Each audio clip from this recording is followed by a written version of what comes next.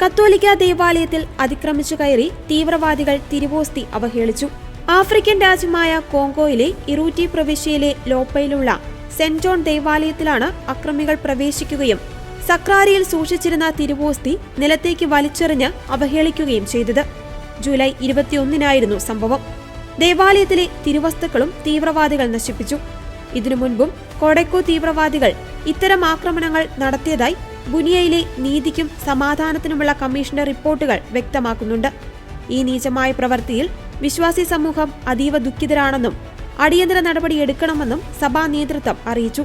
സമീപ പ്രദേശങ്ങളായ ലോപ്പ, നിസി എന്നിവിടങ്ങളിൽ നടന്ന വ്യാപകമായ ആക്രമണത്തിൽ കുറഞ്ഞത് 3 പേർ കൊല്ലപ്പെടുകയും നിരവധി വീടുകൾ കൊള്ളയടിക്കപ്പെട്ടതായും റിപ്പോർട്ടുകളുണ്ട്.